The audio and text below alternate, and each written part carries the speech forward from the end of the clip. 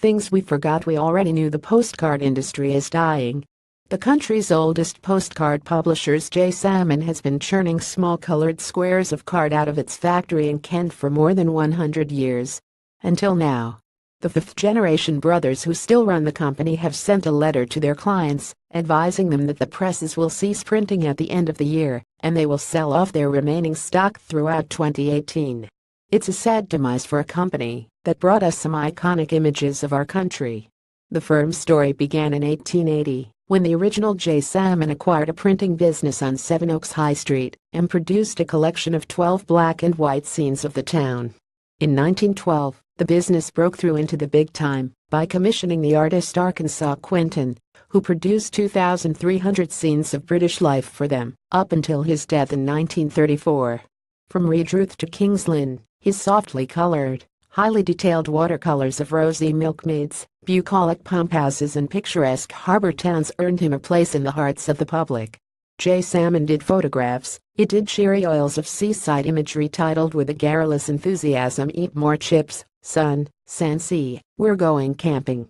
It commissioned the comic artist Reg Maurice, who often worked under the pseudonym Vera Patterson, to produce pictures of comically bulbous children with cutesy captions, alongside the usual stock images of British towns. A 1900s Edwardian saucy postcard by the artist Reg Maurice. Photograph Alamy stock photo. It was the century's changing habits and technology that did for them. People are going for shorter breaks, not for a fortnight, so you're back home before your postcards have arrived, managing director Charles Salmon noted. He barely needed to say that Instagram and Facebook had made their product all but redundant, almost wiping out the entire industry in a decade. Wish you were here. A 1932 postcard from the seaside. Photograph Alamy stock photo. Rodney Villiers is managing director of the postcard company. Based in Oma, the firm physically prints the images that postcard publishers send them. Only, not so much anymore. We've lost about 90% of our customers. It's a dying business, on its uppers, he says. Villiers dates the decline to around 2007, the year social media bit hard. The postcard company has managed to hang on by diversifying its business into art printing. We survive on postcards we print for art galleries and the like. The kings of the saucy seaside postcard, Bamforth Company, ceased to be in 2001. When I heard the news, I was actually surprised they still existed, says Michelle Abatey, co-director of the John Hind collection.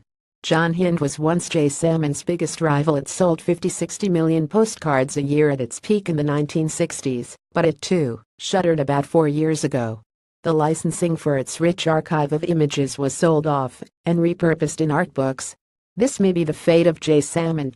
Because, in one sense, the death of the postcard is overstated. Like vinyl records, our fetish for the physical objects we left behind is already making its presence felt.